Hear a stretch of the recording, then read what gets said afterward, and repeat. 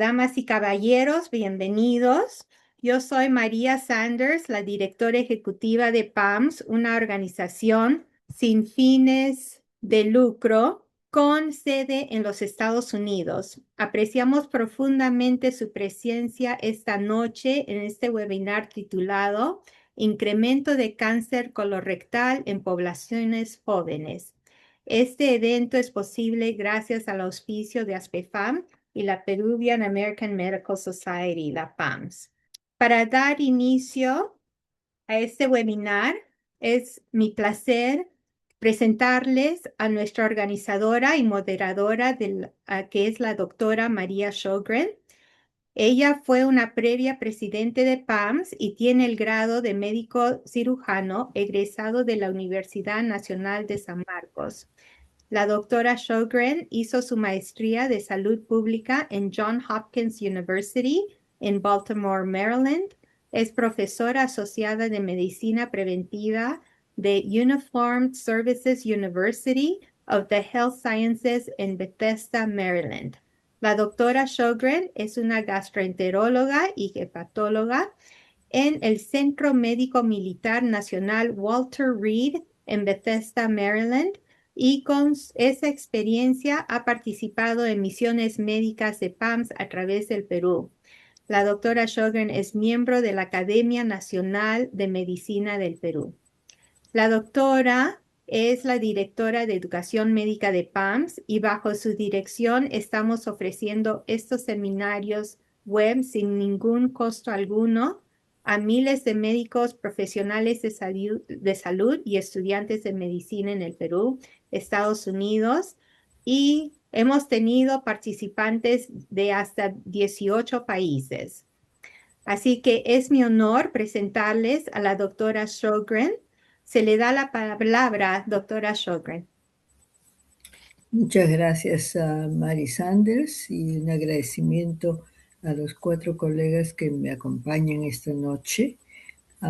Como Mari nos ha dicho, la PAMS es una entidad creada por médicos peruanos que fueron radicados en Estados Unidos en el año 1973, con los objetivos de mejorar la salud de los más necesitados en Perú y mejorar la educación médica en el Perú. Y ahora con mucha alegría veo que hay 18 países que nos acompañan y nos alegra mucho poder aportar un granito de arena hacia ellos. Estos objetivos se cumplen a través de 15 a 20 misiones médicas educativas anuales en el Perú, con el apoyo de instituciones públicas y privadas en Estados Unidos y en Perú, así como la organización de webinars como este, que son totalmente gratuitos para la comunidad médica nacional e internacional. Antes de presentar los objetivos del webinar, quería decirles, son analizar el panorama actual del cáncer colorectal de aparición precoz en poblaciones jóvenes, identificando la tendencia epidemiológica y relevancia clínica emergente. Este incremento de cáncer de colon lo vemos bastante en Estados Unidos y también estamos apreciándolo en Perú y en otros países latinoamericanos. Queremos entonces examinar los factores hereditarios y las diferencias en el perfil genómico del cáncer colorectal temprano, con énfasis en su impacto en la estratificación de riesgo y medicina personalizada. Y como tercer objetivo, evaluar las implicancias clínicas de cáncer colorectal de aparición precoz, incluyendo cambios en las estrategias de prevención, presentación clínica, diagnóstico, pronóstico y respuesta a los tratamientos disponibles. Tenemos, como dije, tengo 4 colegas que nos acompañan y tengo el placer de presentar a 2 de ellos y luego los otros colegas serán presentados oportunamente. El primero es el doctor Jorge Ríos, Pérez, quien nos ha ayudado en la configuración de este webinar. Él es graduado de la Universidad de San Marcos, con grado de médico cirujano. Él ha hecho residencia en medicina interna en la Universidad de Pittsburgh y también en esa universidad la subespecialidad en hematología y oncología. Tiene certificaciones de medicina interna, de hematología y oncología de los Estados Unidos. Y en el momento actual es médico oncólogo del Centro de Cáncer Mark Sandmeister en Columbus, Ohio. Al otro colega que quiero presentar en este momento, que va a ser uno que nos va a ayudar en la coordinación de la mesa redonda, es el doctor Jesús Mario Carrión Chambilla, que está radicado en Perú. Es jefe de la sección de la segunda especialización de la unidad de posgrado de la Facultad de Medicina de San Marcos. Es profesor asociado del Departamento de Ciencias Dinámicas de la Facultad de Medicina en San Marcos. Es médico cardiólogo del Hospital Arzobispo Loaiza. Es miembro del Consejo Directivo de la Sociedad Peruana de Cardiología y el Consejo Directivo de la Asociación de la Historia de la Medicina Peruana y parques conmemorativos. Él ha sido presidente de la Sociedad Peruana de Hipertensión Arterial. Y es con esto que voy a dejar la palabra a Jorge Ríos para que inicie el webinar. Muchas gracias, doctora Sjogren. Y voy a tratar de compartir mi pantalla. Pues nuevamente a todos, muchas gracias por el tiempo que están dedicando en compartir estos minutos con nosotros. Nosotros estamos muy interesados en ofrecerles a ustedes mucha información que creemos va a ser de mucha utilidad para su práctica clínica. Y en el contexto en el cual nos estamos desarrollando en estos minutos es la carga mundial de cánceres gastrointestinales, con relación específicamente en el cáncer colorectal. Y si bien es cierto que a nivel mundial, uno de cada cuatro casos de nuevos casos de cáncer son relacionados con cánceres del sistema gastrointestinal, y estos cánceres están relacionados a la muerte de pacientes en uno de cada tres casos, lo que se ha visto es que las diferencias regionales son bastante significativas. Como podemos apreciar en esta diapositiva, la carga de cánceres gastrointestinales en Latinoamérica es mucho menor en comparación con otras latitudes. Y esto se refleja también en Perú, que como ustedes pueden ver, que el cáncer colorectal no es uno de los cánceres más frecuentes, ni tampoco es el más letal en la sociedad peruana actualmente, bajo las estimaciones del 2022. Entonces, la idea es y sobre todo, otra cosa importante es el hecho de que en algunas realidades como la de Estados Unidos se ha visto a través de las últimas décadas una disminución constante de tanto la incidencia como la mortalidad de cáncer colorectal a través de las últimas 5 décadas en ese país. Entonces, ustedes se preguntarán, si es que el cáncer de colon no es uno de los más frecuentes en Perú y en varias realidades como la de Estados Unidos está disminuyendo en incidencia y mortalidad, ¿por qué es que estamos discutiendo cáncer de colon en poblaciones jóvenes? Y las razones son muchas e importantes. Obviamente todos estamos al tanto de personas famosas y no tan famosas que han sucumbido lamentablemente a esta enfermedad y han sido la razón de muchos titulares que son bastante recientes, como por ejemplo este que apareció hace un par de semanas en el New York Times. Y a pesar de que estos titulares están pensados en generar atención, lo cierto es que están basados en data muy importante. Una de las razones por las que estamos hablando de este tópico hoy día es que en los adultos jóvenes, vale decir, los adultos menores de 50 años, se ha visto una disminución constante de la probabilidad de morir por cánceres en todos los cánceres más frecuentes, excepto el cáncer colorectal, cánceres de pulmón, de cáncer de mama, leucemias, linfoma no Hodgkins y cánceres de cuello uterino han visto a través de las últimas décadas una disminución constante del riesgo de morir. Y sin embargo, se ve que el cáncer colorectal ha mostrado un incremento en este riesgo. Y eso se ha dado en mayor grado en las poblaciones dentro de los 20 a los 50 años, como podemos ver en este gráfico de los sistemas de registro de cáncer en Estados Unidos. Se ve que a diferencia de la población de 65 años o mayor, que nota un declive constante de cada estadio de cáncer al diagnóstico, ven ustedes que los pacientes entre 20 y 50 han visto un incremento significativo de la incidencia de cáncer colorectal en este grupo etario.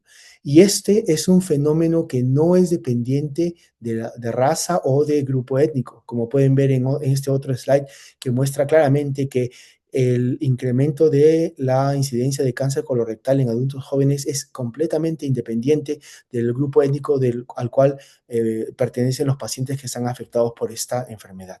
Otra razón importante por la cual estamos discutiendo este tema en estos minutos siguientes es porque las organizaciones internacionales como el Grupo Internacional de Estudio contra el Cáncer, basado en Francia, están pronosticando que va a haber un incremento a nivel mundial de cánceres, del cáncer colorectal en los próximos 30 años en muchas latitudes. Y esto no es ajeno a Perú. Este otro slide es una proyección que ha hecho el grupo del INEN en base a lo que ellos piensan que va a ser el incremento de la incidencia de ciertos cánceres. Y como ustedes pueden ver, ellos están bajo modelos matemáticos en base a la data que tienen, están preveyendo que del 2026 a 2030 va a haber un incremento de cánceres de recto y de colon en la población peruana que ellos atienden.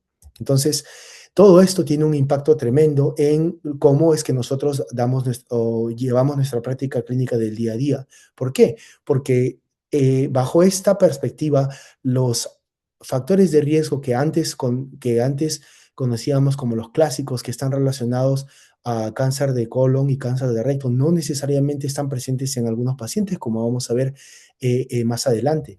Y el impacto de esta variación en el perfil epidemiológico de la presentación de cáncer colorectal va a tener un impacto directo en nuestras recomendaciones de cuándo es que los pacientes deberían de empezar a hacerse estudios de despistaje como las colonoscopías. Y este es un tema bastante debatido en este momento. Asimismo, como clínicos, vamos a ver también, posteriormente, que la presentación en sí varía, si bien cierto, de una manera no grosa, pero varía en pacientes de cáncer que son diagnosticados en una edad joven en comparación con aquellos que tienen más años. Entonces, estas son las razones por las cuales nosotros queremos discutir este tópico con ustedes y estamos muy emocionados y esperamos que les sea de mucha utilidad. Y con esto doy paso al siguiente expositor. Doctor Carrión, si fuera tan amable de ayudarnos con la presentación a la doctora Dueñas. Vamos a este momento entrar a la doctora Milagro Dueñas Roque. Ella es médico cirujano por la Universidad Nacional Jorge Basadre de Brodmann en la ciudad de Tacna, especialista en genética médica por la Universidad Nacional de San Marcos, docente e investigadora de pre y posgrado de la Universidad Nacional de San Marcos, Universidad San Martín de Porres y Universidad San Ignacio de Loyola. Tiene experiencia en errores innatos en metabolismo y cáncer hereditario. Es jefe del servicio asistencial de genética del Hospital de Lolo Revalidati al momento. Buenas noches, doctora Milagros, bienvenida y usted merece la palabra. Muy buenas noches con todos. Entonces vamos a hablar ahora, continuando con la exposición, vamos a hablar sobre los factores genéticos que pueden estar influenciando en el cáncer colorectal en jóvenes, ¿no? Entonces vamos a empezar con una breve introducción, hablar sobre los factores de riesgo, luego ver qué caracteriza el cáncer hereditario versus el esporádico, el perfil genómico y algunas vías de regulación y las conclusiones. La siguiente, por favor. Bien, como nos ha mencionado el doctor Ríos, la mortalidad general ha disminuido, pero la incidencia del cáncer colorectal en menores de 50 años se está incrementando. Hay una tendencia a incrementar en un 2% anual y la proyección al 2030 es que el 11% de los cánceres de colon se presenten en menores de 50 años versus el 23% de los cánceres de recto. Entonces, el cáncer colorectal de inicio temprano no es una anomalía estadística, sino es un cambio epidemiológico estructural que requiere una respuesta clínica inmediata. Y vemos también en esa proyección en celeste cómo está disminuyendo la proporción incidencia de los cánceres colorectales en mayores de 50 años. ¿La que sigue, por favor? Bien, entonces, ¿cuáles son las características del cáncer colorectal de inicio temprano? Vemos que en la mayoría de los casos, en más de un 70%, se va a presentar en el colon izquierdo y el recto. En cuanto al estadio diagnóstico, se ha observado que hay un diagnóstico tardío, posiblemente porque algunas guías recomendaban la colonoscopía de rutina como tamizaje en mayores de 50 años y a la población joven no está accediendo a estos screening, y entonces estamos haciendo diagnósticos más tardíos en estadio 3 y 4 debido a la baja sospecha clínica, algunos síntomas inespecíficos como sangrado, dolor, anemia, y además también pueden ser también por características propias de las alteraciones en este tumor. Hay una mayor tendencia a la invasión perineural venosa, quiere decir que pueden ser incluso más rápidamente progresivos. Y hay una alta prevalencia de tumores mucinosos y células en anillo de sello pobremente diferenciado. La que sigue, por favor. En cuanto a las características tanto del cáncer colorectal de inicio temprano versus de inicio tardío, es decir, menores de 50 años versus mayores de 50 años, habíamos mencionado la ubicación. A diferencia del cáncer colorectal en mayores de 50, la ubicación tiende a ser más en colon proximal o transverso y la histología más tubular o túbulo velloso. En cuanto a las vías genéticas, vamos a ver que en el cáncer de inicio temprano, hay alteraciones en el gen CTNB1, que es la vía de la beta-catenina, y asociado también a otras alteraciones en genes como el RNF43. Mientras que lo clásico, lo que hemos aprendido de la evolución de las alteraciones genéticas adquiridas en el cáncer de colon, es que lo predominante eran las mutaciones en el gen APC y luego mutaciones en el gen BRAF, ¿no? Cosa que está haciendo un tanto diferente en los cánceres de inicio temprano. En cuanto al estadio del diagnóstico, mencionamos que el diagnóstico es más avanzado o metastásico en el inicio temprano versus el inicio tardío, que tienden a ser estadios tempranos de 1 y 2 en el momento del diagnóstico. Y en cuanto a la intensidad del tratamiento, en el inicio temprano es altamente agresivo, obviamente porque hay un diagnóstico más avanzado, mientras que hay un tratamiento estándar escalonado en los mayores de 50 años. La que sigue, por favor. Ahora, ¿qué factores están influyendo en el daño en el ADN? ¿No? Sabemos que el cáncer se puede considerar una enfermedad genética porque hay un acúmulo de mutaciones en las células que van a adquirir ciertas características y además va a haber un entorno proinflamatorio, los estilos de vida, ¿no? Que están variando, como el sedentarismo, el tabaquismo, el alto consumo de alcohol. Se sabe que el acetaldehído también es un factor de riesgo para cáncer, toxinas dietéticas en las carnes procesadas o rojas, compuestos con óxido nitroso, N-nitrosos, endulzantes con fructuosa, por ejemplo, colorantes sintéticos, y la exposición médica al uso prolongado de antibióticos que también podrían provocar una alteración temprana del microbioma. La que sigue, por favor. También hay un factor importante que es la diabetes tipo 2 y el microambiente tumoral. Se ha visto que tanto la obesidad como la diabetes van a aumentar el riesgo de cáncer colorectal de inicio temprano en un 24%. Esto se provoca por una cascada endocrina donde la hiperglucemia crónica va a provocar resistencia a la insulina y los niveles elevados de insulina y el factor de crecimiento insulínico también van a activar rutas que van a promover la proliferación celular. va a haber un desequilibrio de adipoquinas con una alteración en la secreción de leptina y adiponectinas, y en el impacto celular va a haber modulación en el microambiente tumoral, promoviendo angiogénesis, proliferación celular y bloqueando la apoptosis, ¿no? Se van a promover un ambiente proinflamatorio. La que sigue, por favor. Como había mencionado también, la disbiosis, que sería el microbioma como un acelerador carcinogénico, ¿no? Hay otras proliferación de bacterias que van a provocar también mayor inflamación a nivel de las células intestinales. La que sigue, por favor. Y aquí vamos a ver un resumen, ¿no?, de todos estos factores, tanto la obesidad como la diabetes tipo 2, las alteraciones o cambios en la dieta, el abuso de sustancias o la inactividad física, el consumo de azúcares o alimentos procesados, carnes tipo barbecue, van a provocar un daño a nivel del ADN, inflamación con incremento de interleucina 6, interleucina 17, factor de necrosis tumoral, que van a provocar también un cambio en el microambiente tumoral. Y a su vez estos cambios en el microbioma que también va a generar que estas bacterias generen metabolitos tóxicos como los ácidos grasos de cadena corta. Y además el acetaldehído, que también sería producto del consumo del alcohol. La que sigue, por favor. Vamos a ver que en cuanto a las características genéticas del cáncer, sabemos que de manera general un 10% de los cánceres tienen una causa hereditaria, ¿no? Entonces, si lo diferenciamos entre el cáncer de inicio tardío, que sería más de 50 años, de inicio temprano, menor de 50 años, vamos a ver que también hay una diferencia en la proporción de variantes genéticas en línea germinal, es decir, asociados a síndromes de predisposición a cáncer, y hay un cambio en la proporción también. Observamos que hay en el caso del cáncer colorectal de inicio tardío, solamente un 10 a 15% versus en el cáncer colorectal de inicio temprano, esto representa un 25, incluso hasta un 30%, dependiendo de la literatura. Sin embargo, como de inicio podíamos pensar que en una persona joven lo que prima es el factor genético, sin embargo, aún así vemos que un 75% de los casos no hay una historia familiar y no se detectan variantes patogénicas en alguno de los genes de predisposición. Por lo tanto, eso ha dado pie a que se realicen más investigaciones para poder entender cuál es el mecanismo subyacente que genera que estos cánceres de inicio temprano tengan otro tipo de características.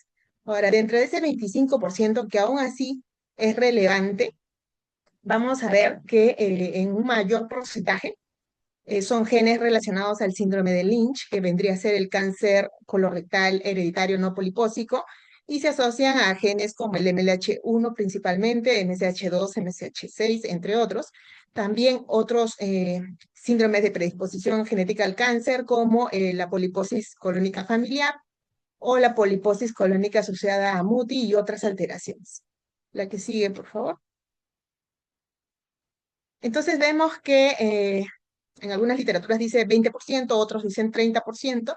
Tenemos estos síndromes de cáncer hereditario, ya hemos mencionado, y los casos esporádicos donde no va a haber antecedentes familiares, va a ser impulsado por interacciones gen-ambiente y el principal foco de la actual crisis epidemiológica. ¿La que sigue? Va a aparecer una tablita, entonces es importante ahí el cribado genético universal, porque estaríamos hablando de que 1 de cada 3 pacientes jóvenes va a presentar una predisposición hereditaria, por lo tanto hace necesario hacer un estudio genético para descartar estos síndromes de predisposición, ¿no? Y esto podría tratarse de un panel genético multicáncer que incluye genes de predisposición y que se realice el estudio por secuenciamiento NGS. ¿Qué sigue, por favor? Aquí vemos algunos genes relacionados al síndrome de Lynch, como el MLH1, MSH2, MSH6, PMS2 y EPCA, y las tasas de detección por metodología, ¿no? El análisis de secuenciamiento, que detectan la mayoría de las alteraciones genéticas, y la proporción también, ¿no? Siendo el más frecuente el MLH1. La que sigue, por favor. Aquí me pareció importante también poder mostrar estas recomendaciones de seguimiento según las variantes en línea germinal.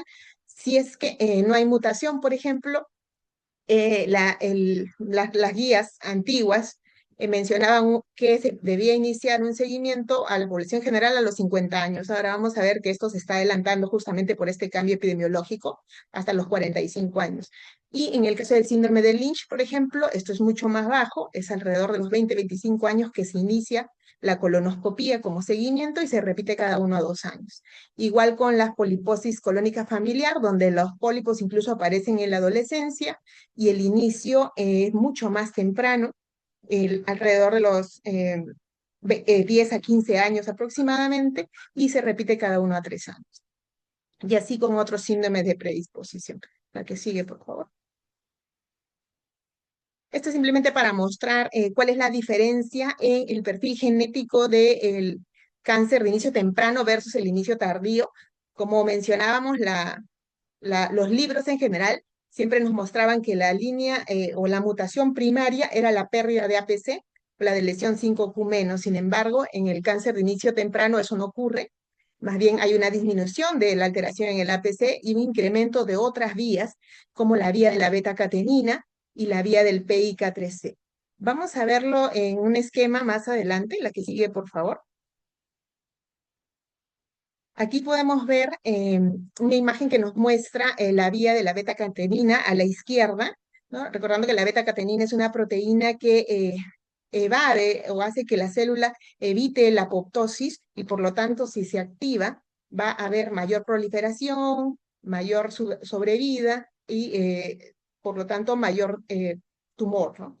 Sin embargo, hay estos genes, el RNF4, que estaría disminuido, que sería un regulador negativo de la beta-catenina, y que mutaciones en este gen van a aumentar el riesgo de cáncer, igual mutaciones en el HNF1, que a su vez va a permitir que se exprese el CDX2, que es un regulador negativo también de la beta-catenina. Entonces vamos a ver que en el cáncer colorectal de inicio temprano, hay disminución de la expresión o alteraciones en la expresión del RNF43 y el HN1A, provocando una hiperexpresión más bien del gen CTNNB1, que sería el que va a codificar la beta-catenina.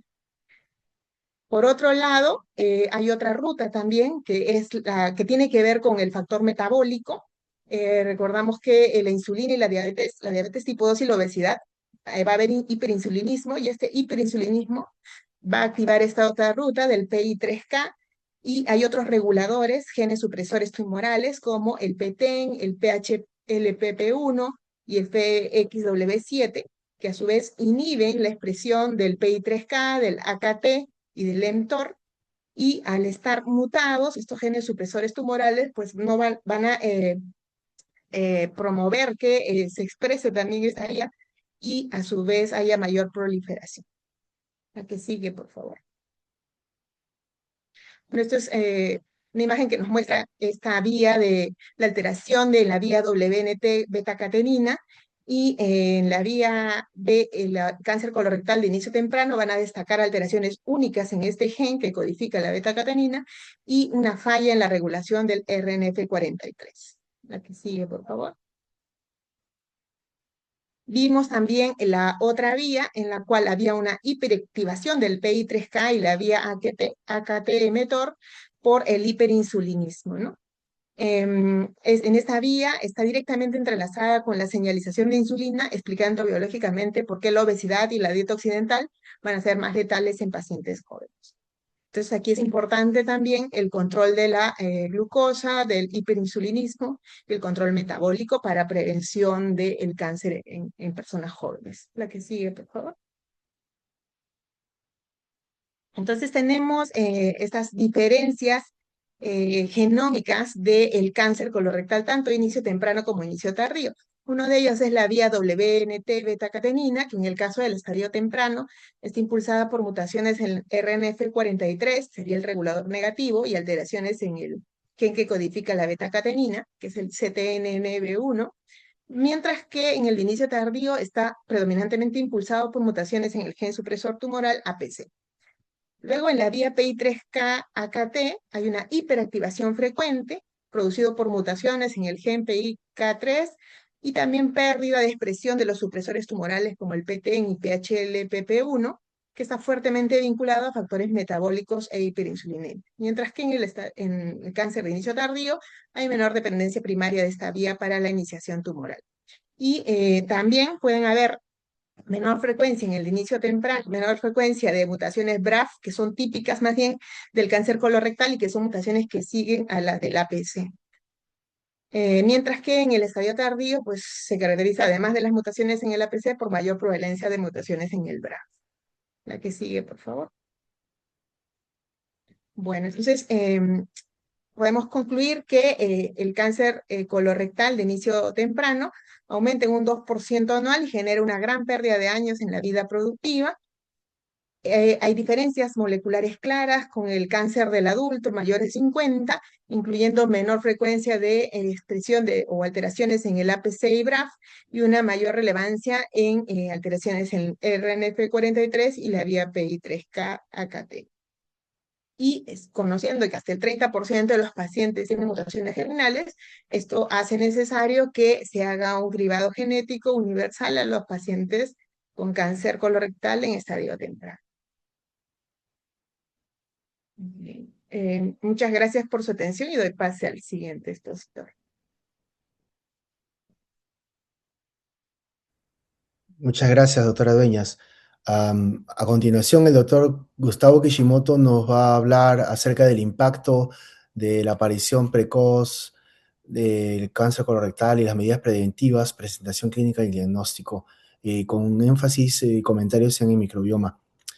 Ahora el doctor Kishimoto nos va a compartir su experiencia y conocimiento. El doctor Kishimoto es médico cirujano, graduado de la Universidad Nacional Mayor de San Marcos. Él es especialista en gastroenterología a través de la Universidad Peruana Cayetano Heredia, y él es doctor en medicina, entrenado en Japón en la Universidad Médica de Tokio, y hizo un fellowship en cirugía endoscópica en el Centro Nacional de Cáncer en Japón. Y es miembro actual de la Sociedad de Gastroenterología del Perú y de la Sociedad Americana de Endoscopía Gastrointestinal. Doctor Kishimoto, muchas gracias por su participación y adelante. Gracias, Jorge, por la presentación. Me toca hablar ahora sobre el impacto y la aparición precoz del cáncer colorectal, medidas preventivas y el diagnóstico. Siempre comienzo mis presentaciones hablando sobre un sueño, el sueño que tengo. Él es mi profesor, el doctor Yamada. Seguramente muchos lo han visto en el libro de patología sobre la clasificación de Yamada de pólipos en el estómago. Él se dedicó toda su vida a la detección temprana a través de doble contraste en el estómago, ¿no? En los 70. Y al final siempre me decía que todo lo que uno aprende o vas a aprender acá en Japón no te va a servir de nada si no te dedicas a detección temprana, ¿no? Entonces, no sirve de nada tanta tecnología si solamente te topas con cánceres avanzados, ¿no? Entonces, ese es el mensaje que siempre me dejó el doctor Yamada, y comparto su sueño de un mundo libre de sufrimiento por cáncer gastrointestinal, justamente mediante la detección temprana y el tratamiento oportuno, ¿no? Y definitivamente esto solo no se puede hacer, y creo que aprendiendo juntos vamos a poder tener un mejor futuro para muchas personas, nuestros pacientes y sus familias, ¿no? Entonces, justamente él me decía que busquemos los cánceres tempranos para poder realmente hacer un impacto en la sociedad, ¿no? Más o menos la estructura general del blog de mi parte va a ser esta, cuatro temas, y después ya quedamos abiertos para las preguntas. Introducción, definiciones. Me toca ver la parte de las alteraciones de la disbiosis básicamente, y el impacto que tiene o cómo lo vemos nosotros a través del endoscopio o en los casos clínicos, ¿no? Entonces, muchas veces vemos que el paciente tiene dolor, malestar general, epigastralgia, saciedad precoz, plenitud postprandial, acidez, diarrea, estreñimiento, una florida sintomatología gastrointestinal, y siempre el paciente viene y dice, doctor, me han dicho que tengo colon irritable, ¿no? Entonces, ¿será colon irritable o será indigestión crónica?, ¿no? Es importante definir esto, ¿no? Entonces, muchas veces vemos que el paciente tiene dolor, malestar general, epigastralgia, saciedad precoz, plenitud postprandial, acidez, diarrea, estreñimiento, una florida sintomatología gastrointestinal, y siempre el paciente viene y dice, doctor, me han dicho que tengo colon irritable, ¿no? ¿Será indigestión crónica? ¿No? Es importante definir esto, ¿no? Entonces, realmente necesitamos cambiar nuestros malos hábitos. Eh, en Japón me dijeron una vez, que lo encontré bien curioso, que cuando en una población la mortalidad de cáncer de estómago se junta con la mortalidad de cáncer de colon, en ese momento la región o el país ya se puede considerar como desarrollado, ¿no? Este, entonces, más o menos en 1987, esto se cruzó en Japón, donde por historia vemos cómo el país se levantó después de la Segunda Guerra Mundial, hizo hasta Olimpiadas y en la Expo en Osaka, donde ya se manifestó su tendencia al desarrollo y más o menos coincide con este cruce de las dos mortalidades, ¿no? En el Perú, más o menos la extrapolación de datos nos lleva casi al 2020. Pero ojo, dije zonas de desarrollo, ¿no? Y lo podemos ver en Perú, donde Lima, que parece pues con un área socioeconómica mucho más desarrollada que en otras partes más necesitadas del Perú, se ve mucha más cantidad de tumores de colon recto, que de estómago, a diferencia, por ejemplo, en zonas pobres de nuestro Perú, ¿no? Entonces, tal vez uno siempre nos dicen, sí, cáncer de colon, cáncer de estómago es la mortalidad la tasa de mortalidad más frecuente en Perú, sí, por supuesto, pero el problema es que eh, entrenamos a nuestros médicos en hacer detección temprana de estómago, pero en Lima. Entonces no encontramos lesiones tempranas de estómago. Yo creo que ahí tenemos que enfatizar el despistaje temprano de colon en Lima y de estómago en provincia, ¿no? Entonces, eso es importante. Y curiosamente, cuando uno tiene mayor capacidad adquisitiva, suele tener menos tiempo, ¿no? Pobreza de tiempo. Y esto lo pongo a colación por la siguiente hipótesis que me salta y que veo casi todos los días en la consulta. Tenemos una pésima salud oral en Latinoamérica y en Perú, y esto coincide con el inicio, con el aumento del cáncer temprano, ¿no? ¿Será esta una de las condicionantes de, del- de los cambios epidemiológicos? Entonces, hay un binomio indisociable que justamente es el buen proceso digestivo que empieza en la boca y la dieta, ¿sí? Es como el ensamblaje de carros. Por más que bueno que sea el proceso de ensamblaje, si entran insumos bamba, no sale buen carro, ¿sí? Pero por mejor que sea el insumo, ¿no? Las partes del carro, si el proceso está al revés o mal secuenciado, tampoco sale buen carro. Igual que en el proceso digestivo, buena dieta y buena masticación tienen que ir de la mano, no puede ser uno ni el otro, ¿no? Y eso impacta también justamente en el proceso de nutrición y de absorción de nutrientes o de putrefacción de alimentos después. Entonces, el primer engranaje, el primer punto importante es la masticación. Entonces, esto es lo que vemos algunas veces en la endoscopia, ¿no? Que vemos comida entera en la cavidad gástrica y yo creo que un punto más importante de mi charla es justamente tener en cuenta que el estómago no tiene dientes, ¿no? Entonces, el primer punto de procesamiento de los alimentos es en la boca, ¿no? Entonces, tiene que pasar papilla como para un bebé sin dientes. Muchas veces cuando pasamos entero la comida queda meses adentro,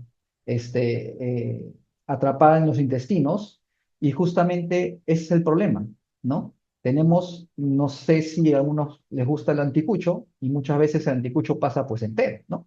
Entonces, el problema justamente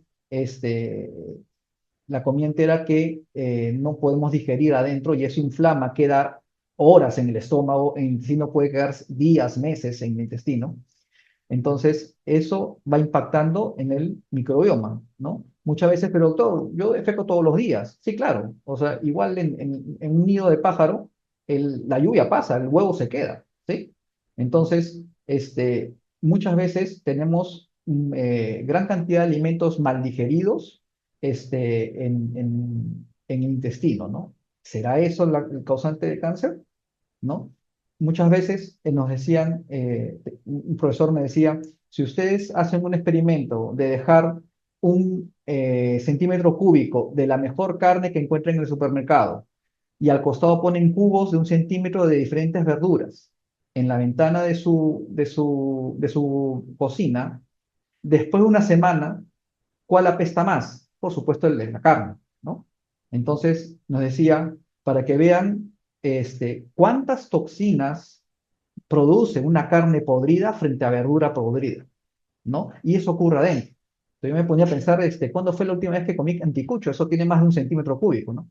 Entonces, el impacto justamente es al no masticar, eso crea putrefacción adentro, ¿no? Que altera la microbiota, produce síntomas gastrointestinales, pero a la larga produce justamente lo que ya hemos visto, el impacto genético que nos ha presentado la doctora Doñez.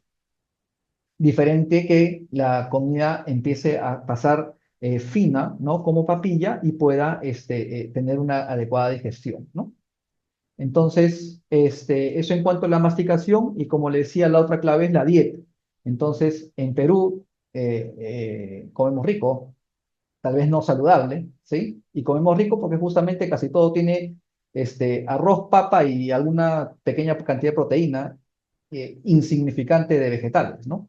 Entonces, si ese es digamos, el menú típico en Perú, arroz, papa, más la sopa que tiene igual fideos, papa, yuca, choclo y arroz, entonces es fácil, podemos poner cuántos kilos de azúcar por día, ¿no? Entonces, hay que también estar muy atentos cuando hacemos la entrevista a nuestros pacientes sobre qué es lo que está comiendo, ¿no? Entonces, es importante tener una dieta hipoglúcida, hiperproteica y rica en fibra vegetales, ¿no?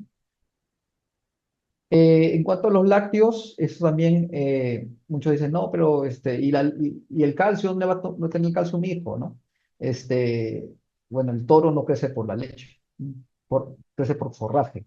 Entonces, creo que ha habido mucha malinformación con la leche, de repente para ¿cómo se llama? Ganar dinero con la leche, pero es ¿cómo se llama? La caseína, la proteína de lácteos, genera mucha alergia, de hecho es la más común en infancia, sin hablar de la lactosa, ¿no? Sin hablar solamente de la proteína de leche, y de hecho es muy pesado para el vaciamiento gástrico, y por sugerencia, los que sufren de dispepsia, mejor una dieta sin leche, ¿no? Entonces, entendiendo justamente el impacto de la dieta y la masticación, ¿qué encontramos en tu digestivo, no?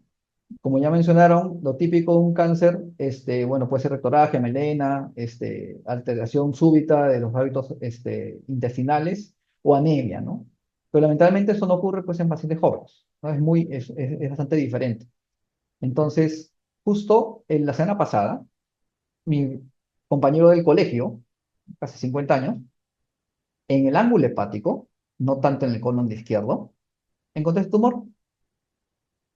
Y de hecho, muchos pacientes menores de 50 años encuentro en el ángulo hepático muchos tumores adenomas, ¿no? Precancerígenos. Lesiones precancerígenas que pueden pasarse desapercibido porque justamente no se pueden lograr ver este, a visión frontal, ¿no? Entonces, eh, sí invito a los colegas angiólogos que están endoscopistas que puedan hacer retroflexión y ver las dos cúpulas de los ángulos hepático-esplénico para poder ver si es que nos escapan por ahí, ¿no? Pero definitivamente la predominancia en cuanto a la zona es colon izquierdo, ¿no? Y el problema, ¿cuál es el colon, del colon izquierdo? El impacto es justamente esto, ¿no? Ver personas jóvenes con colostomía, ¿no? Entonces, todavía no lo he visto acá en Lima, tanto como para ver, pero ya es frecuente, ¿no? Entonces, eh, hay que evitar justamente que lleguen a estos puntos, ¿no? Entonces, en Perú tenemos la habilidad ya con la tecnología de los endoscopios para poder hacer esto que se hace en Japón, por ejemplo, de detección temprana de tumores, ¿no? Y esto es benigno, esto es premaligno y 13 ya es para cirugía. Básicamente, bien sencillo es eso y se puede hacer con la tecnología que hay en Perú, ¿no? Inclusive, Por ejemplo, es un paciente de febrero del año pasado, de 42 años, un tremendo tumor en el recto, casi ya en el ano, de 4 centímetros, ¿no? Y venía por rectoraje, pues, como mencionaban, ¿no? Y ya en Perú tenemos la tecnología para poder extirpar endoscópicamente, sin amputación, los tumores de este tipo, ¿no? Y ya también salió con áreas de carcinoma intraepitelial, o sea, cáncer temprano de colon, de recto, ¿no? Entonces, en Perú ya se puede hacer detección temprana, en Perú también se puede hacer tratamiento oportuno. ¿Qué es lo que pasa? Lo que me decía el profesor, no llegan, ¿no? No llegan, nos encontramos con tumores avanzados. Entonces, si solamente nos dedicamos a hacer a partir de los 45, a partir de los 50, colonoscopias por cáncer, no van a llegar, ¿no? Entonces, por ejemplo, en Brasil, conscientes de esto, tienen esta campaña a nivel nacional que se llama Marco Azul, ¿no? Pacientes jóvenes que dice, no sentía nada, yo estoy bien, lo voy a dejar para después, ¿no? No creo que necesite, siempre aparece una cosa, que ya al final después hago mi chequeo. El trabajo, la familia, la rutina, todo es más importante, yo me dejo para el final, ¿no? Todos son testimonios de pacientes con cáncer, ¿no? Entonces, ya al costado, nuestro vecino tiene estas campañas a nivel nacional por justamente todo problemática que se está generando. este, ¿Por qué no será en el Perú? ¿No? ¿Por qué no será en el Perú? Y como conclusiones, para terminar, esto es importante, la secuencia justamente que vamos viendo en la consulta: mala masticación, disbiosis, tránsito lento, éstasis fecal, inflamación y alteraciones ya estructurales, ¿no? Entonces, es importante, ¿qué puede ser el paciente? La genética, complicado, variarlo; la edad, complicado variarlo, pero comer bien y masticar bien y un poco de ejercicio, yo creo que vale la pena para no ver jóvenes con colostomía, ¿no? Entonces, la conversación, la anamnesis, prescripción de la dieta más saludable, ¿no? Es bien sencillo. Yo creo que lo que veo en la consulta, yo veo que el coprologio funcional está alterado, o sea, veo comida en las heces, veo la tolerancia a la glucosa alterada, o sea, ya sé que come mal, ¿no? Entonces, cuando veo eso, ya le recomiendo la colonoscopia, ¿no? En pacientes jóvenes, y como sin síntomas, y ya voy viendo tumores, ¿no? Entonces, yo creo que eso es más, digamos, objetivo para verlo en consulta, para poder derivarlo a un examen colonoscopio, ¿no? Muchas gracias a la doctora María Schogen, a mi pata Jorge Ríos por la invitación, y también todos los colegas que siempre me apoyan en los momentos más difíciles, ¿no? Y este es un paper que sacamos para que hacer detección temprana con chicha. Entonces, en lugares de bajos recursos, que de todas maneras tienen un endoscopio, pero no tienen toda la tecnología para hacer ¿cómo se llama? Cromendoscopia virtual. Yo creo que con chicha a pH 8, con un poco de bicarbonato, este, cambian el color de chicha morada a un azul oscuro, y hace justamente similar a lo que es la cromendoscopia con índigo carmín, ¿no? Entonces, si les sirve, yo creo que lo pueden ver en su práctica, y les puede ayudar en la detección temprana, ¿no? Muchas gracias. Muchas gracias, doctor Kashimoto. Tengo una segunda parte de la presentación. Gracias. Entonces, en esta última parte de la presentación, lo que yo quiero discutir con ustedes es las diferencias en presentación clínica y características de la enfermedad, y haciendo hincapié una vez más en la información que nos han compartido los previos expositores, porque esto es algo muy importante que tiene una repercusión tremenda en la probabilidad de sobrevida de estos pacientes, y también en la selección de los mejores tratamientos que podamos ofrecerles. También quiero discutir con ustedes el estado actual de tratamiento de cáncer colorectal en adultos jóvenes, y conversar un poco también acerca de las barreras que nosotros vemos en recursos, en realidades con recursos limitados como la nuestra, para el control eficaz de cáncer en ese tipo en esta ocasión en cáncer colorectal. A este punto espero que todos tengamos como un mensaje, uno de los mensajes más claros de la exposición, que el cáncer colorectal en pacientes jóvenes es una realidad, que si bien es cierto que hay ciertas cosas en común, no está claro en este momento si es que son cánceres que son en jóvenes similares o distintos, entidades distintas en comparación con aquellos cánceres colorectales que se desarrollan en pacientes mayores de 65 años. Lo importante es que en general, en cualquier paciente con cáncer, pero específicamente en un paciente con cáncer colorectal de inicio temprano, la atención de ese paciente requiere proceso continuo a través del tiempo. Y este proceso empieza con la prevención y la reducción del riesgo, como comentaba el doctor Kishimoto.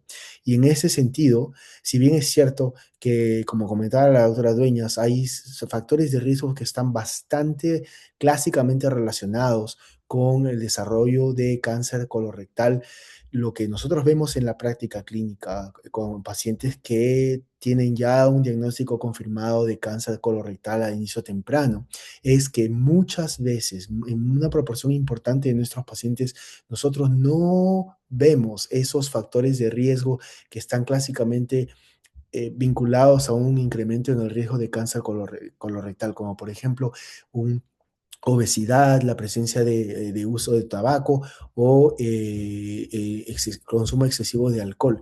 Y esto trae a colación la información que tenemos ahora, que está, si se quiere, identificando posibles factores de riesgo distintos a los clásicos, como la importancia de la disrupción del microbioma, de los cuales hablaron los dos expositores, y una exposición a antibióticos. En este momento se piensa, por lo que se sabe hasta este punto, que el mayor daño se produce en la niñez.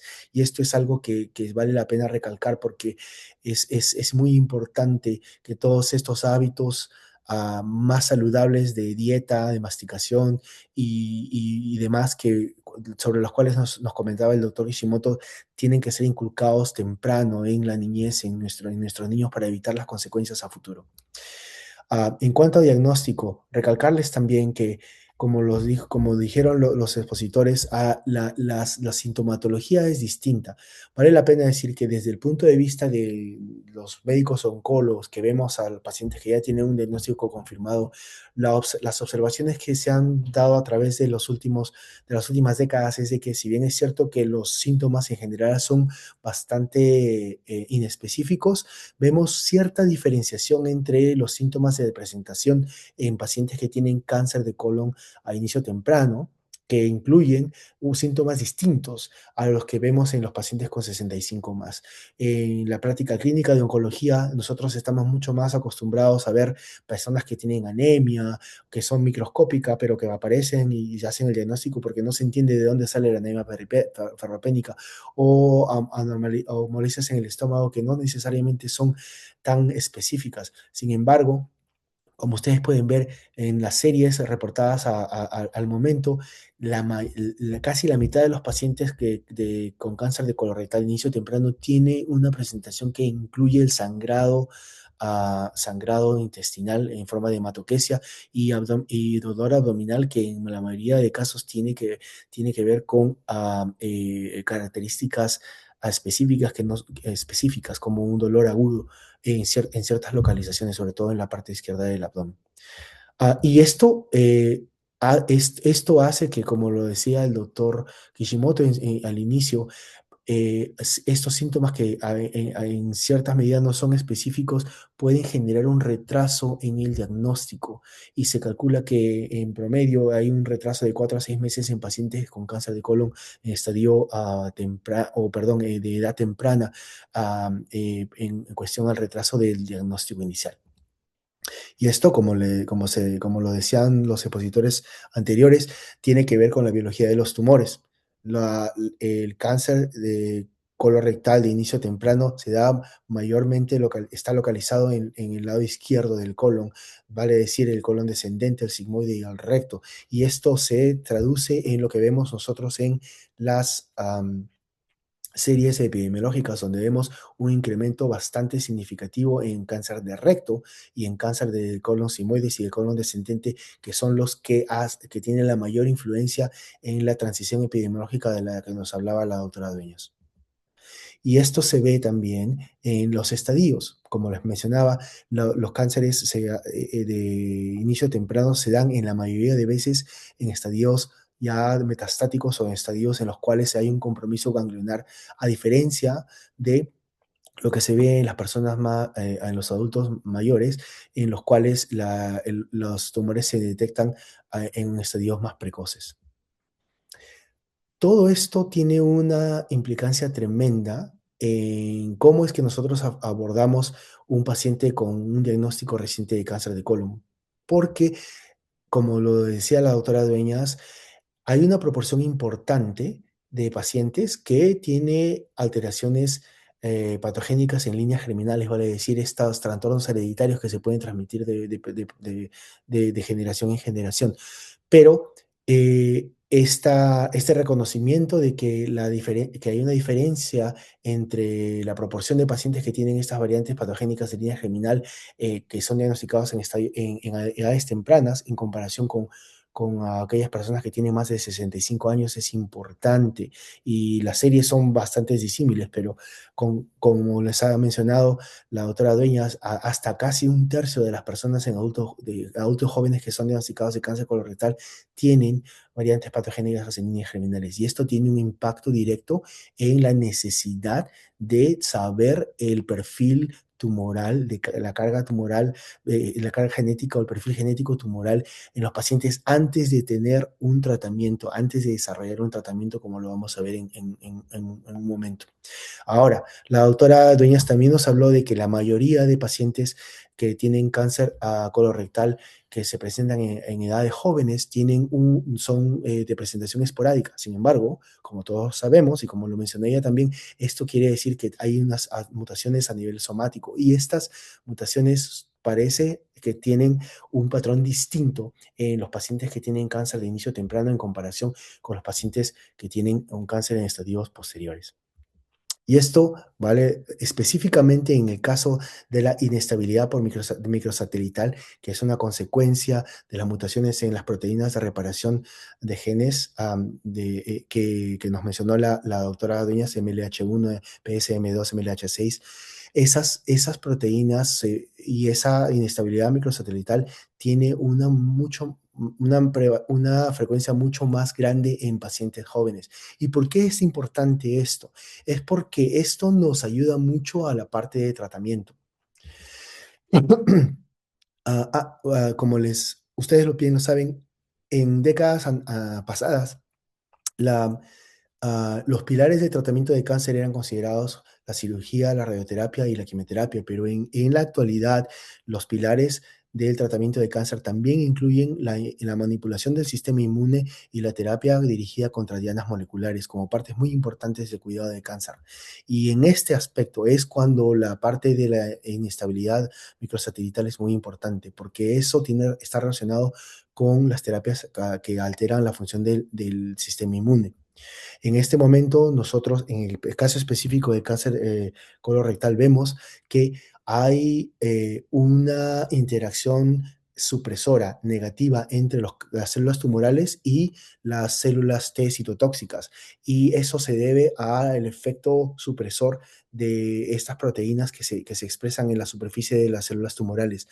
El uso de bloqueadores de puntos de control inmunológico que bloquean esta interacción negativa resulta en la habilidad de la célula T de utilizar ese potencial citotóxico y poder eliminar a las células tumorales.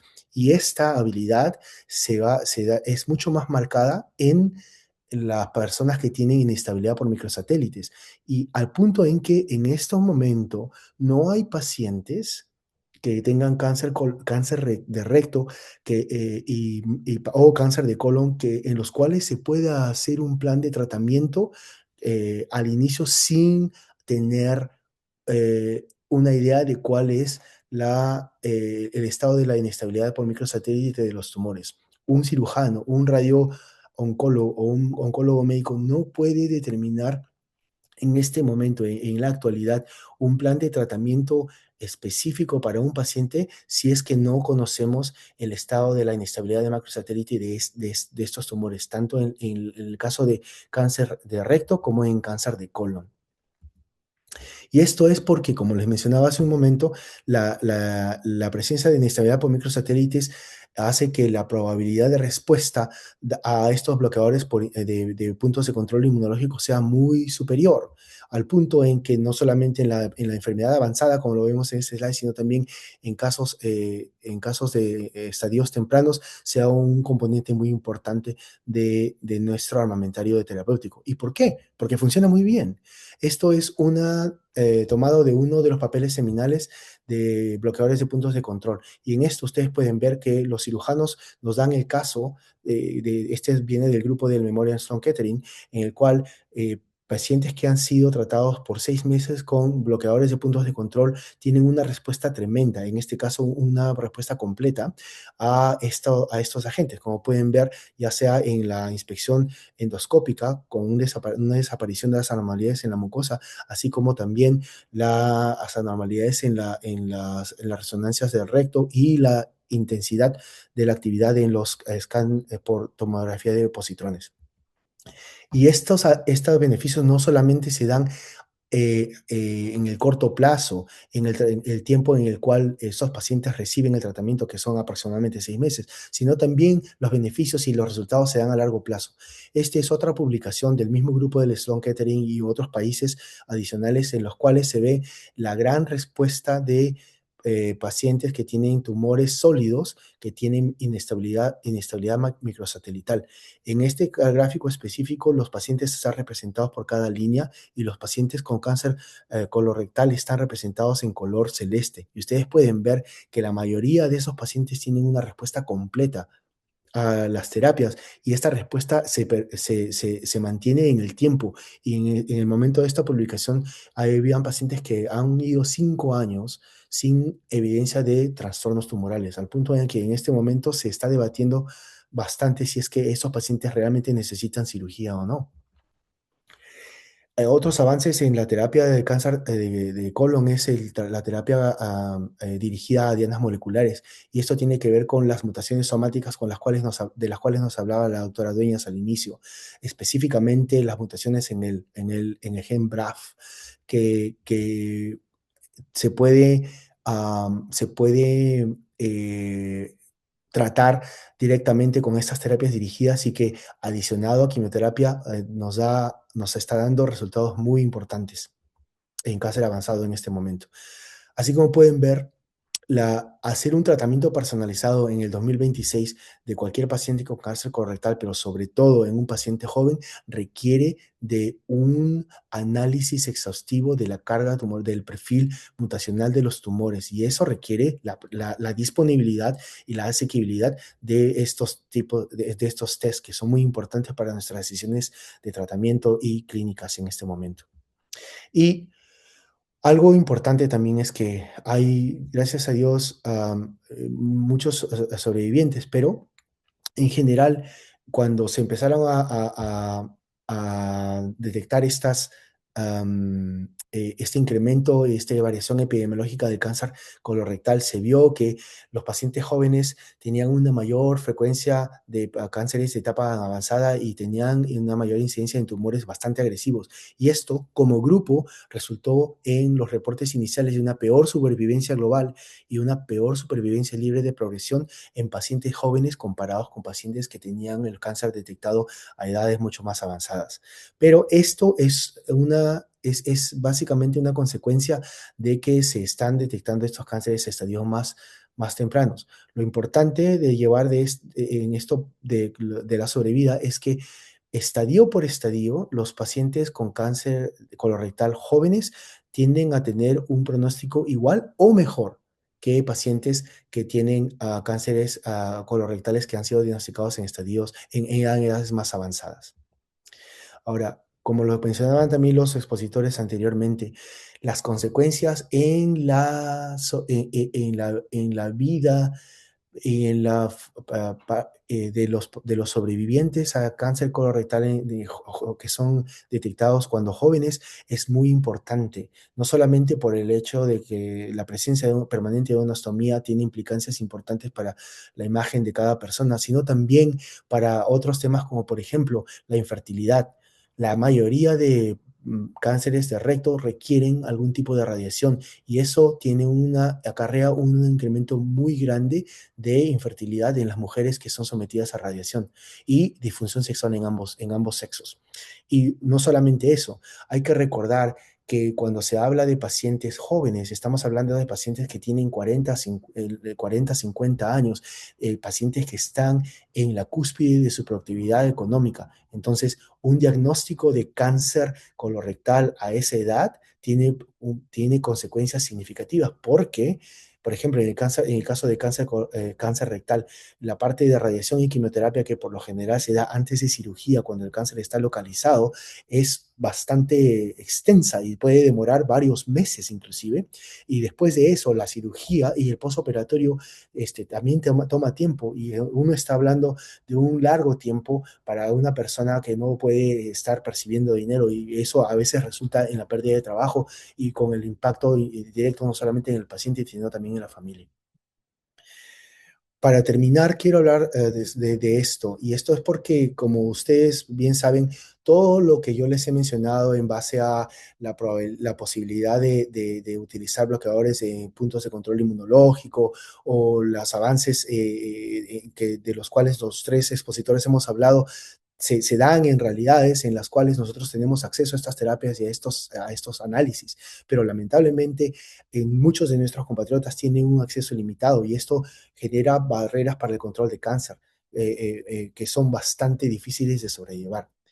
Por ejemplo, en la disponibilidad de equipos de radiación. Este gráfico es un gráfico de la Sociedad Internacional de Radiación que nos muestra dónde están los equipos de radiación, los aceleradores lineales y los equipos de braquiterapia alrededor del mundo. Y como ustedes pueden ver, la gran mayoría de aceleradores lineales y equipos de braquiterapia se encuentran en países que son considerados como de alto ingreso económico y la proporción de equipos en países en desarrollo es mucho menor. Como ustedes pueden ver, por ejemplo, este gráfico nos da una idea de cuántos aceleradores lineales y equipos de brioterapia existen en Sudamérica, que es la cuarta desde la parte baja.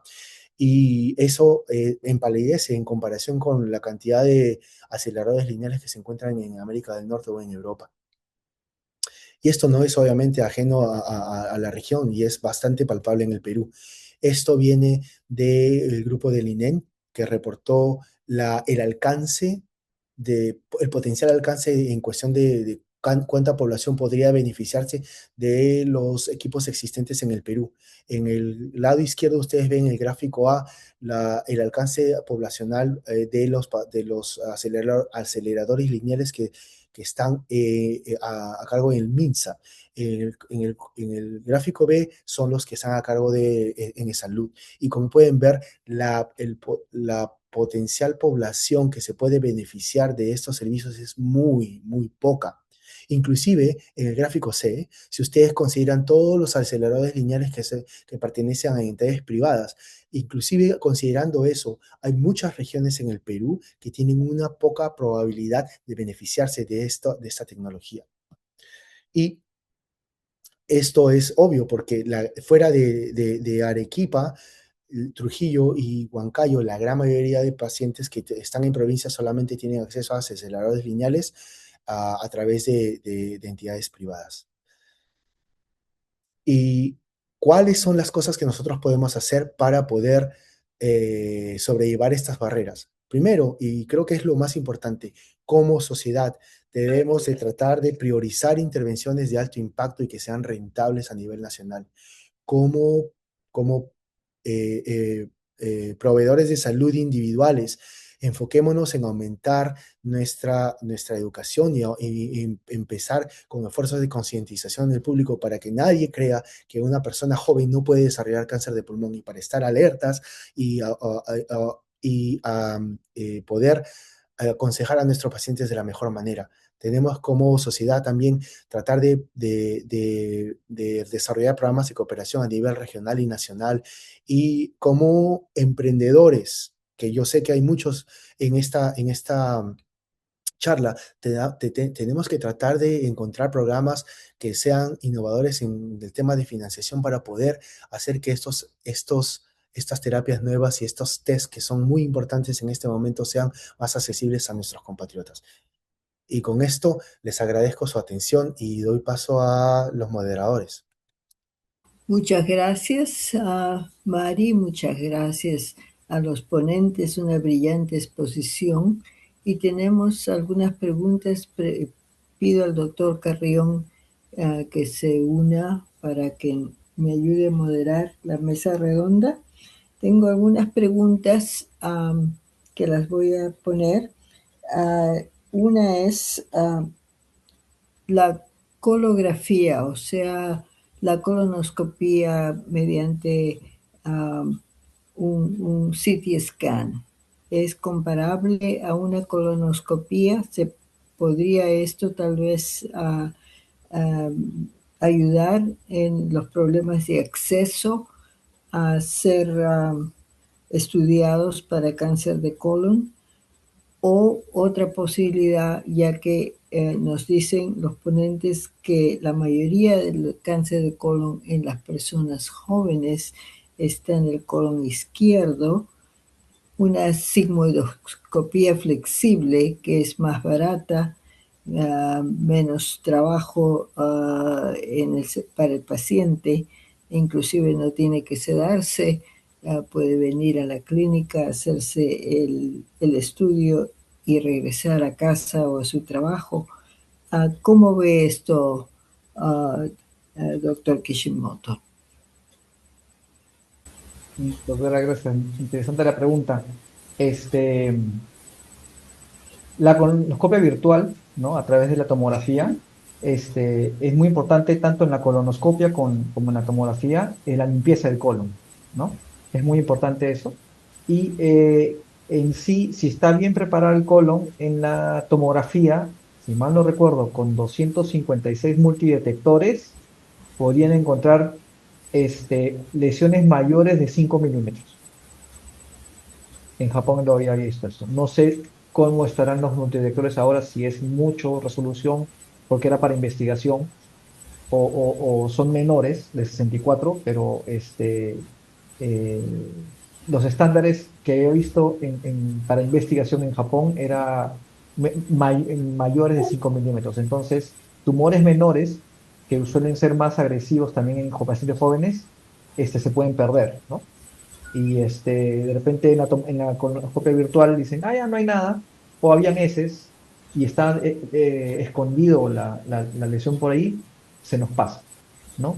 Y en cuanto a lo que es la colonoscopia, al final, si uno ve alguna alteración en la tomografía, pues entra la colonoscopia, y siempre es el gol estándar, ¿no?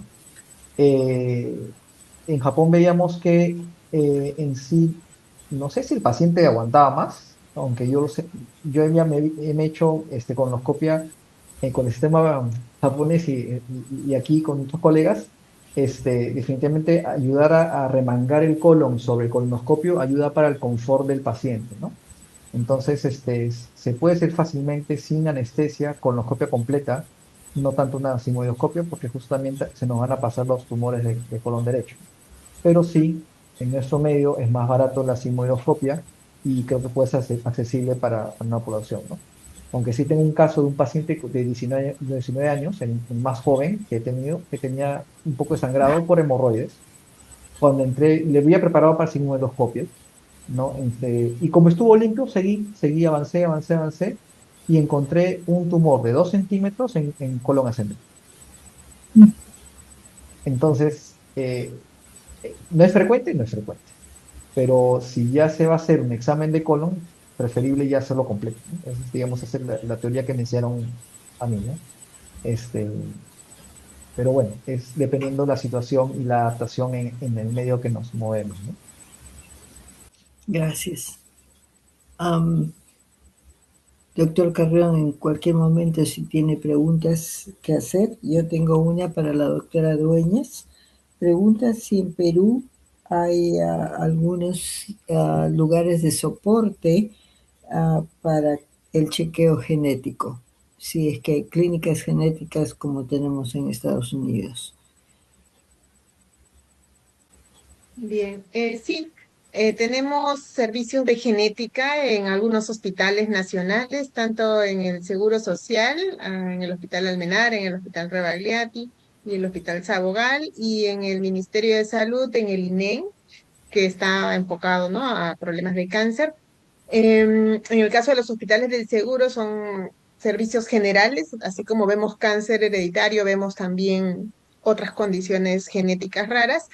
Y si bien es cierto, la tecnología o el acceso a la tecnología se está incrementando, no todavía lo tenemos implementado en todos los centros y hay opciones a través de protocolos colaborativos de investigación con universidades locales. Hemos logrado hacer paneles genéticos multicáncer a familias con riesgo de cáncer hereditario, no solo de colon, sino mama, gástrico, eh, endometrio y ovario, que son los que tienen componente genético fuerte.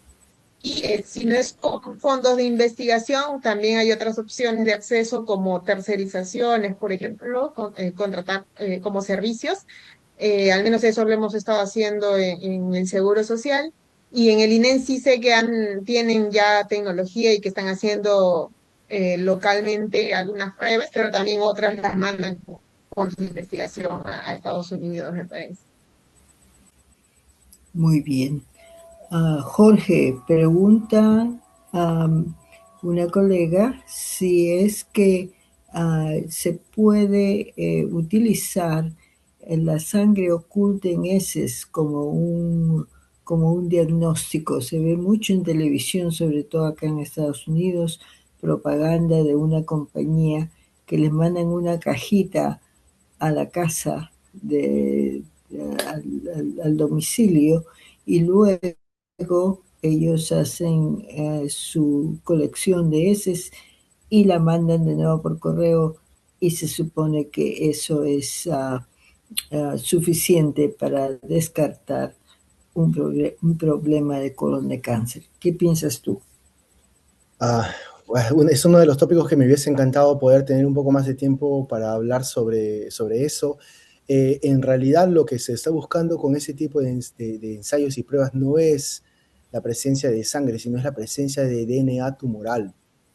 Y eso es algo que está desarrollándose bastante en latitudes como las de Estados Unidos. Al punto en el que ahora, y por como les decía, por cuestiones de tiempo no les puedo mostrar la data de esto, pero en este momento hay un esfuerzo bastante grande de tratar de hacer detección de DNA tumoral en heces o DNA tumoral en suero para poder decidir estrategias como, por ejemplo, quién recibe quimioterapia o radioterapia adyuvante después de una cirugía, o si es que uno tuvo una cirugía, cuándo es que, con cuánta frecuencia se debe de hacer los scans, o si es que hay alguna sospecha de recurrencia. En cuanto a la parte de tamizaje o screening, doctora Sjogren, eso es mucho más complicado porque este tipo de test depende mucho de la cantidad de DNA tumoral que existe en la muestra en la cual uno está analizando. Es mucho más fácil detectar DNA tumoral en una persona que tiene un tumor que es detectable macroscópicamente a través de imágenes. Es también bastante factible hacerlo en metástasis ocultas, pero cuando se habla de lesiones incipientes, cuando se habla de cánceres de estadio temprano, por el volumen tumoral menor que se tiene, la cantidad de DNA circulante es muchísimo menor y la sensibilidad de los ensayos tiene que ser mucho mayor. Entonces, eso ahorita es el factor limitante para utilizar este tipo de tecnologías en una situación de tamizaje o screening de cáncer colorectal. En este momento solamente se da en ensayos clínicos.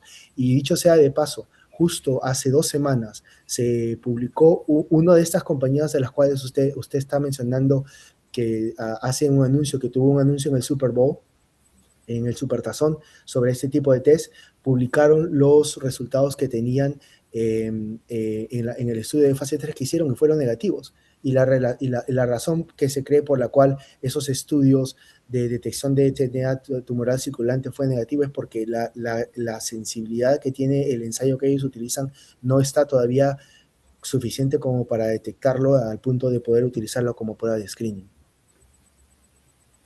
Muy bien, muy bien. También hay una pregunta sobre la relación con el estadio de la enfermedad y cuál es el intervalo óptimo para iniciar el tratamiento. Sí, justo estaba tratando de escribirle a la doctora Arévalo sobre esto. Muy importante, muchas gracias por la pregunta. En líneas generales no hay lo óptimo, y es una cuestión, es una medida de calidad. Lo óptimo es empezar tratamiento dentro de los 30 días del diagnóstico. Eso es lo óptimo en Estados Unidos. Ahora, eso lamentablemente en muchos escenarios no sucede por una serie de razones, por distancia, sobre todo cuando uno no vive cerca de los centros de detección y tratamiento de cáncer. Pero ese es más o menos el tiempo en el cual nosotros utilizamos para tratar de ayudar a estas personas de una manera óptima.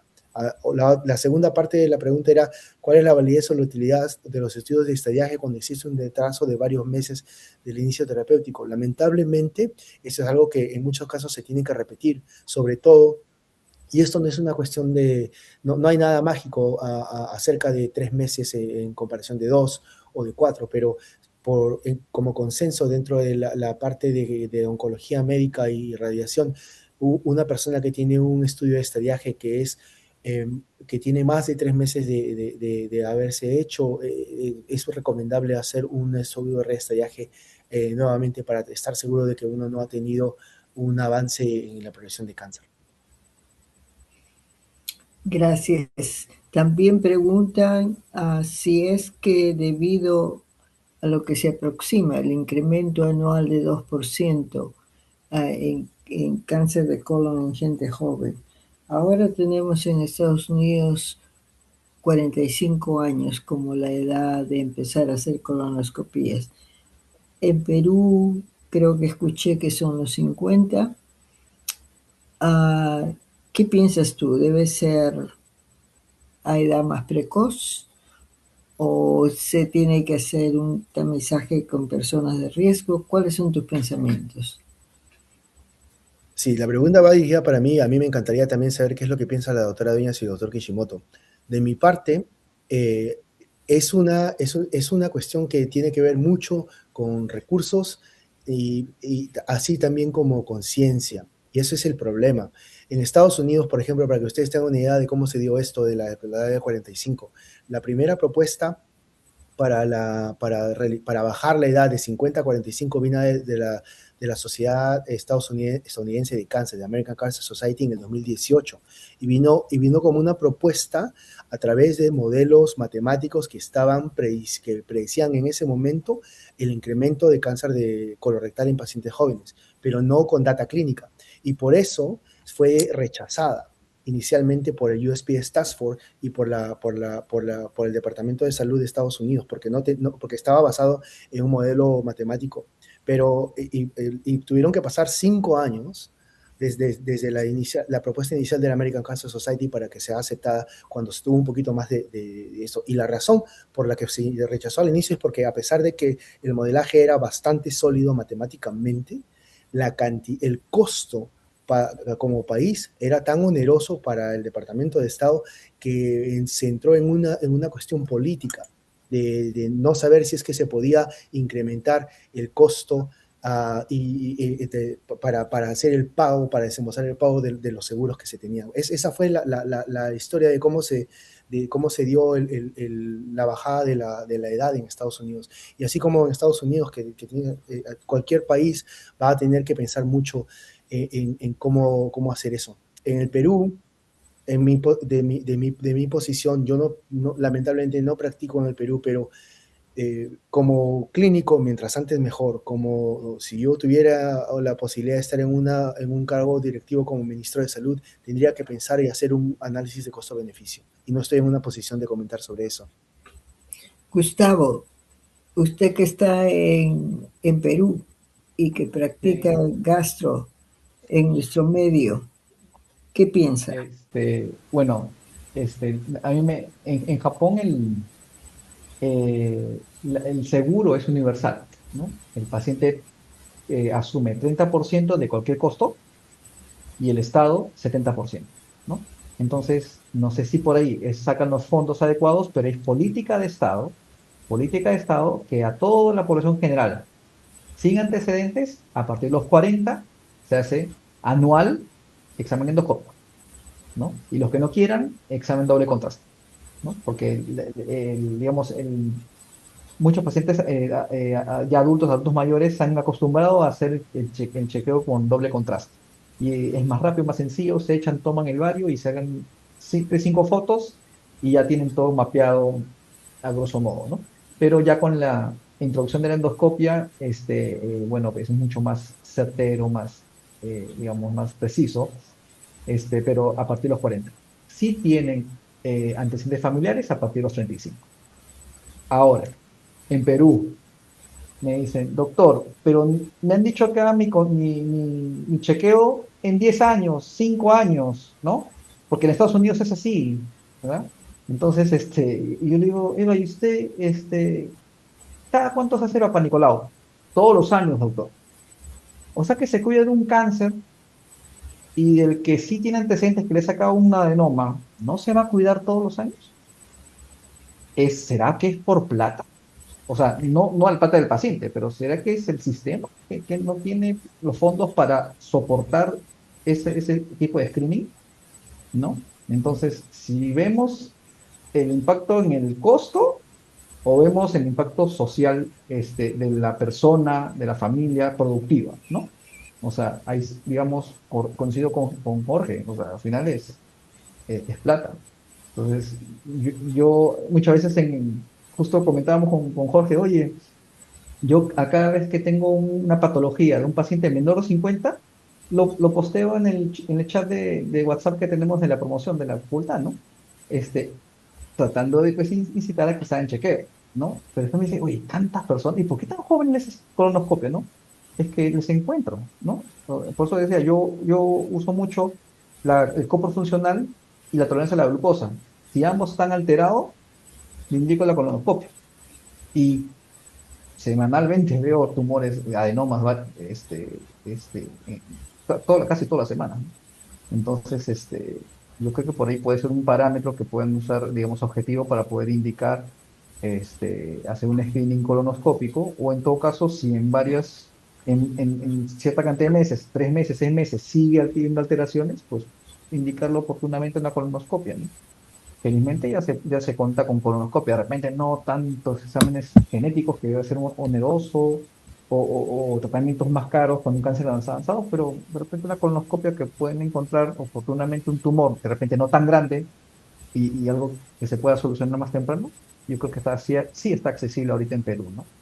Entonces depende cuándo se le indique al paciente, ¿no? Gracias, Gustavo. Doctora Dueñas, ¿cómo ve el asunto? ¿Cree que es un problema de educación, de acceso, de dinero?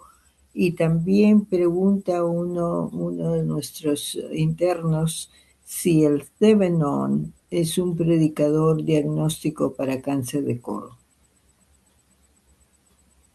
Bueno, con toda esta información, ¿no? Y tan alarmante del incremento de casos en jóvenes, si fuera una decisión personal, terminando esta charla, cumplo 45 y me hago mi colonoscopia. Esto, ¿no? Pero claro, como mencionaba el doctor Ríos, si son políticas de Estado, ahí sí, pues toca evaluar, ¿no?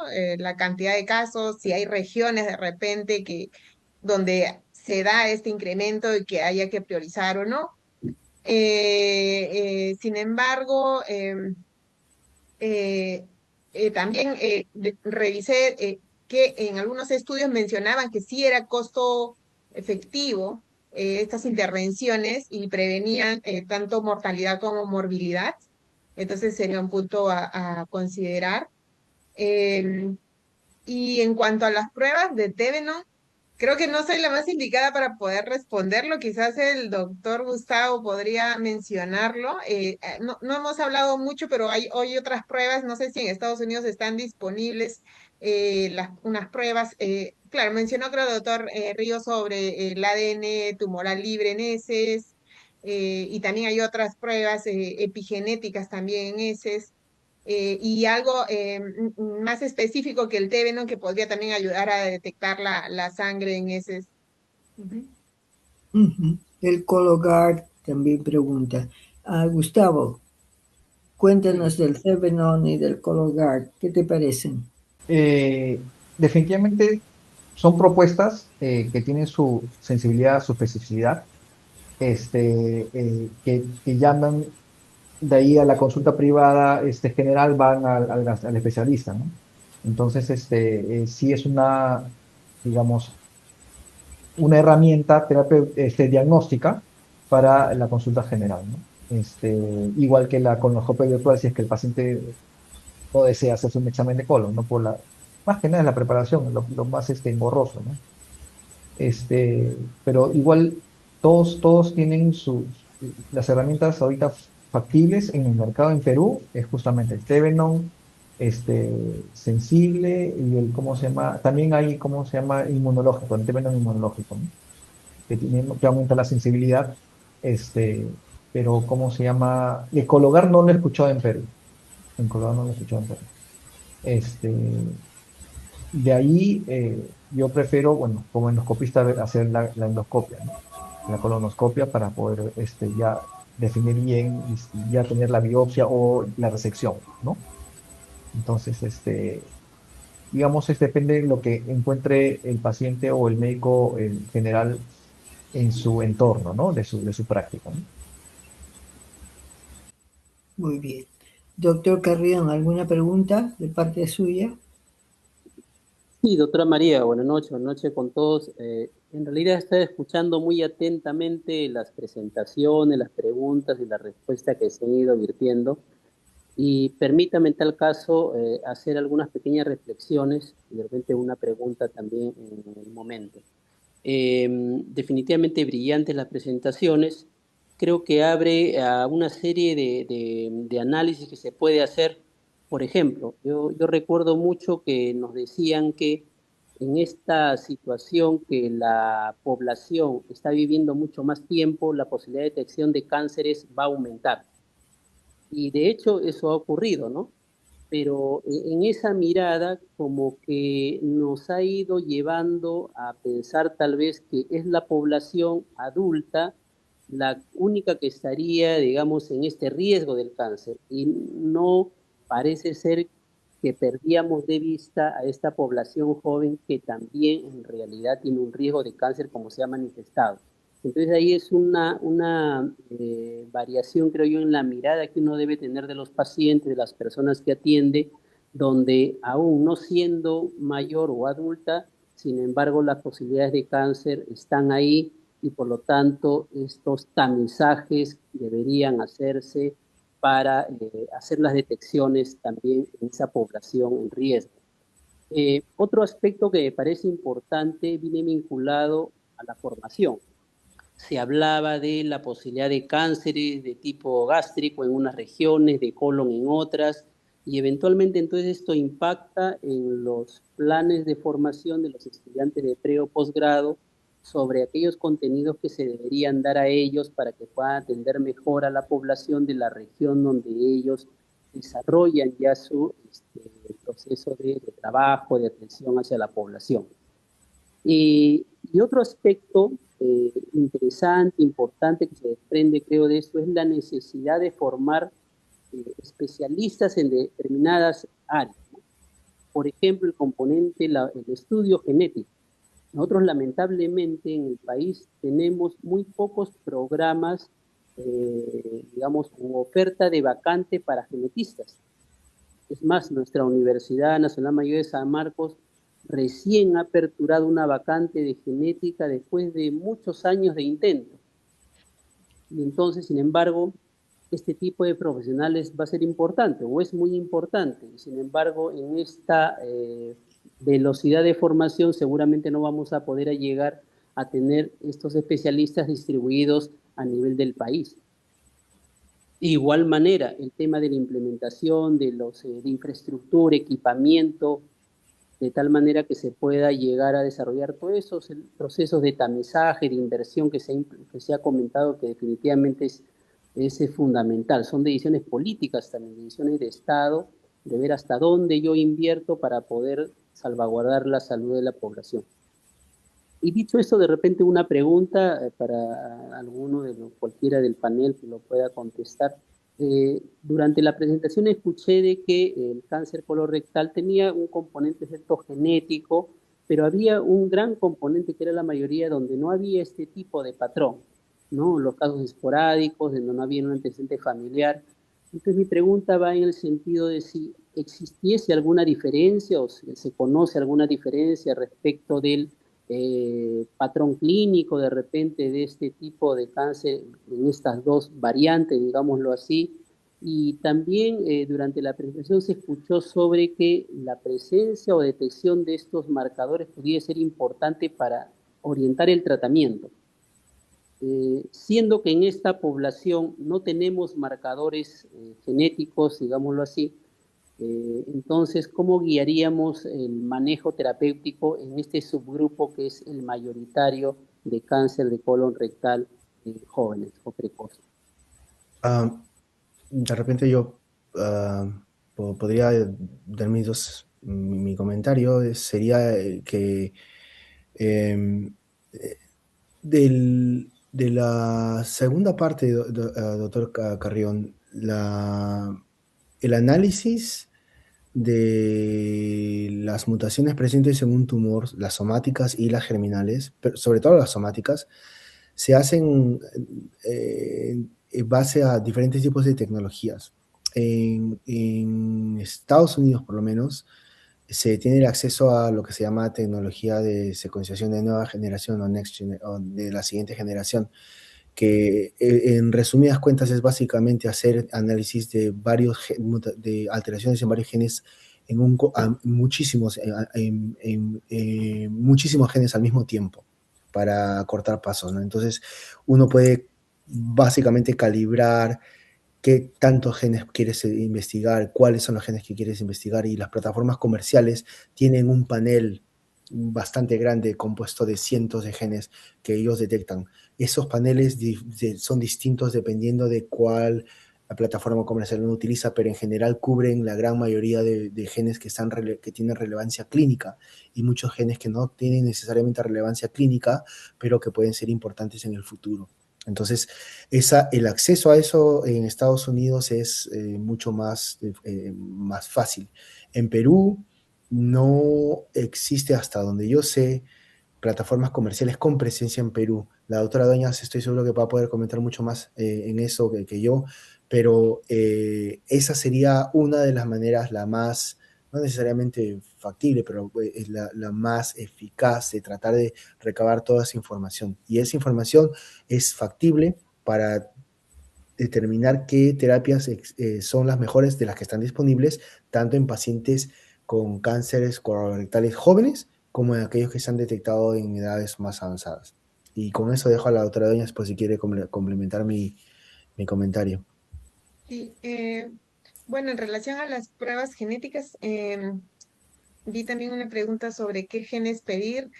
Nosotros en la práctica tratamos de pedir paneles multicáncer en general, no limitarnos a un panel, por ejemplo, solo de cáncer colorectal, sino un panel más amplio. Mientras más amplio podemos tener mejor, porque a veces hay genes de predisposición eh, a una patología específica, pero además predispone a otros tipos de cánceres en menor proporción. Entonces, eh, la mayoría de estos se mandan a laboratorios en el exterior, ¿no? Ya sea en Latinoamérica, Brasil, Colombia o Estados Unidos.